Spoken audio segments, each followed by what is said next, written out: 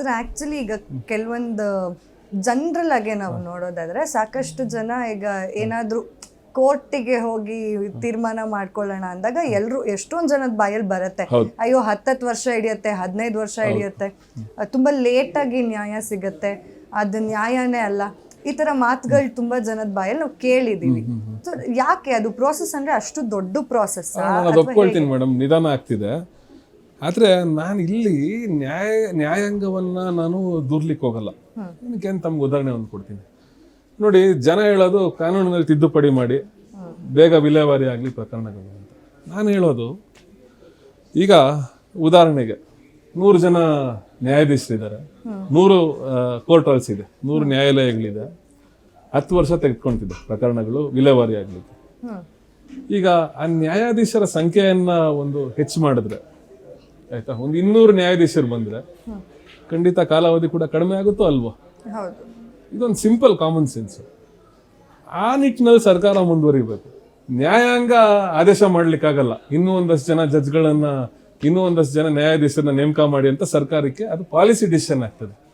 ಹಾಗಾಗಿ ಸರ್ಕಾರ ಈ ನಿಟ್ಟಿನಲ್ಲಿ ಮುಂದುವರೆದು ಹೆಚ್ಚುವರಿ ಸಂಖ್ಯೆಯಲ್ಲಿ ನ್ಯಾಯಾಧೀಶರನ್ನ ಅಥವಾ ಹೆಚ್ಚುವರಿ ಸಂಖ್ಯೆಯಲ್ಲಿ ನ್ಯಾಯಾಲಯಗಳನ್ನ ಸ್ಥಾಪನೆ ಮಾಡಿದ್ದೇ ಆದ್ರೆ ಖಂಡಿತ ಯಾವುದೇ ನಿಧಾನ, ಈ ಒಂದು ನ್ಯಾಯ ಪ್ರಕ್ರಿಯೆ ನಿಧಾನಗತಿಯಲ್ಲಿ ಸಾಗೋದು, ಅದು ಅಲ್ಲಿಗೆ ನಿಂತೋಗುತ್ತೆ. ಯಾಕಂದ್ರೆ ತುಂಬಾ ಜನ, ಎಷ್ಟೊಂದ್ ಜನಕ್ಕೆ ಇರುತ್ತೆ ಲೀಗಲ್ ಆಗಿ ಹೋಗ್ಬೇಕಂತ ಹೇಳಿ, ಬಟ್ ಸ್ಟಿಲ್ ಸ್ಟಾಪ್ ಮಾಡ್ತಾರೆ. ಈಗ ಒಂದು ಹೇಳ್ತಾರೆ madam, justice hurried is justice buried ಅಂತ. ಓಕೆ, ಅದು ಇರಬಹುದು. ಬೇಗ ಕೂಡ ಮಾಡ್ಲಿಕ್ಕೆ ಆಗಲ್ಲ.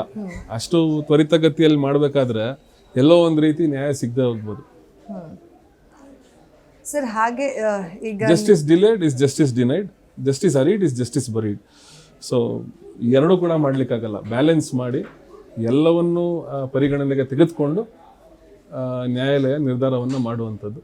ಹಾಗಾಗಿ ನ್ಯಾಯಾಧೀಶರ ಸಂಖ್ಯೆಯನ್ನ ಜಾಸ್ತಿ ಮಾಡಬೇಕು.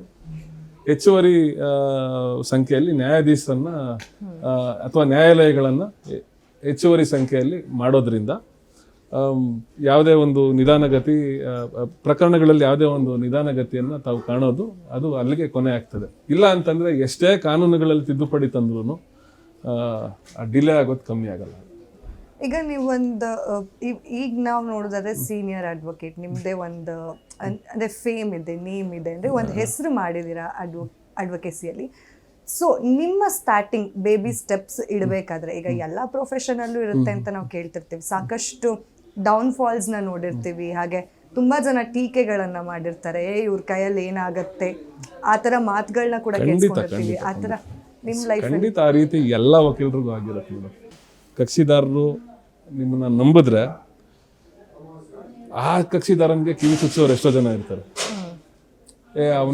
ಅವ್ರಿಗೆ ಯಾಕೆ ಕೊಟ್ಟಿದ್ಯಾ, ಇನ್ನೆಲ್ಲ ಕೊಡ್ಬೋದಿತ್ತು, ನಿಮ್ಮ ಪ್ರಕರಣ ಇನ್ನೆಲ್ಲ ಚೆನ್ನಾಗಿ ಮಾಡ್ತಿದ್ರು, ಈ ರೀತಿ ಆಯ್ತಲ್ಲ ಒಂದು. ಎರಡನೇದಾಗಿ ಎಲ್ಲೋ ಒಂದು ಕಡೆ ಕೆಲವೊಂದು ಸತಿ ನ್ಯಾಯಾಧೀಶರು ಆ ಕೇಸ್ನಲ್ಲಿ ಮೆರಿಟ್ಸ್ ಇದ್ರು ಕೂಡ ನ್ಯಾಯಾಧೀಶರು ಮೆರಿಟ್ಸ್ ಅನ್ನ ಕನ್ಸಿಡರ್ ಮಾಡದೆ ಒಂದು ಆದೇಶವನ್ನು ಮಾಡುವಂಥದ್ದು ನೋಡಿ. ಅದೇ ಕಾರಣಕ್ಕೆ ನಮ್ಮಲ್ಲಿ 3 ಟೈರ್ ಜುಡಿಷಿಯರಿ ಇರೋದು. ನ್ಯಾಯಾಲಯದಲ್ಲಿ ಒಂದು ಏನು 3 ಟೈರ್ ಜುಡಿಷಿಯರಿ ಇದೆ, ಕೆಳಮಟ್ಟದ ಈಗ ನಾವು ವಿಚಾರಣಾ ಹಂತದ ನ್ಯಾಯಾಲಯಗಳು, ಮತ್ತೆ ಉಚ್ಚ ನ್ಯಾಯಾಲಯ, ಮತ್ತೆ ಸರ್ವೋಚ್ಚ ನ್ಯಾಯಾಲಯ, ಎಲ್ಲೂ ತಪ್ಪಾಗಬಾರ್ದು ಅಂತಾನೆ 3 ಟೈರ್ ಜುಡಿಷಿಯರಿ ಇರೋದು. ಹಾಗಾಗಿ ಈಗ ನಾವು ಒಂದು ಪ್ರಕರಣದಲ್ಲಿ ಎಲ್ಲ ಶ್ರಮವನ್ನ ವಹಿಸಿ ಒಂದು ಮಾಡಿರ್ತೀವಿ ಅಂತ ಅನ್ಕೊಳ್ಳಿ. ವಿಚಾರಣಾ ನ್ಯಾಯಾಲಯದಲ್ಲಿ ಅದು ಕಕ್ಷಿದಾರರಿಗೆ ವಿರುದ್ಧ ಒಂದು ತೀರ್ಪಾಗ್ಬೋದು.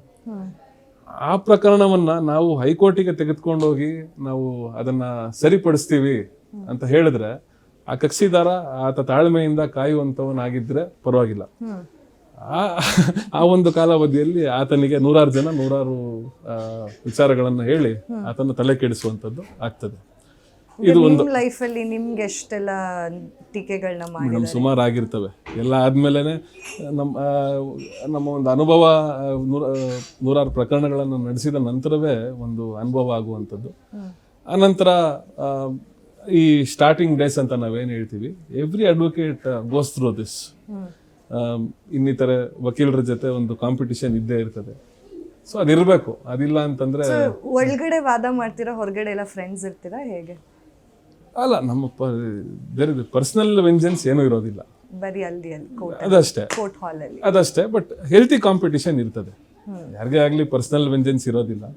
ಬಟ್ ಆ ಪ್ರಕರಣವನ್ನು ನಾನು ನಡೆಸಬೇಕು, ಆತ ನಡೆಸ್ತಿದ್ದಾನೆ, ಇದು ಹೆಲ್ತಿ ಕಾಂಪಿಟಿಷನ್ ನನ್ನಲ್ಲೂ ಇದೆ, ನನ್ನ ಸಹಪಾಠಿಗಳಲ್ಲೂ ಖಂಡಿತ ಇರ್ತದೆ, ಎಲ್ಲ ವಕೀಲರಲ್ಲೂ ಇದು ಇರ್ತದೆ, ಅದಿರ್ಬೇಕು ಕೂಡ.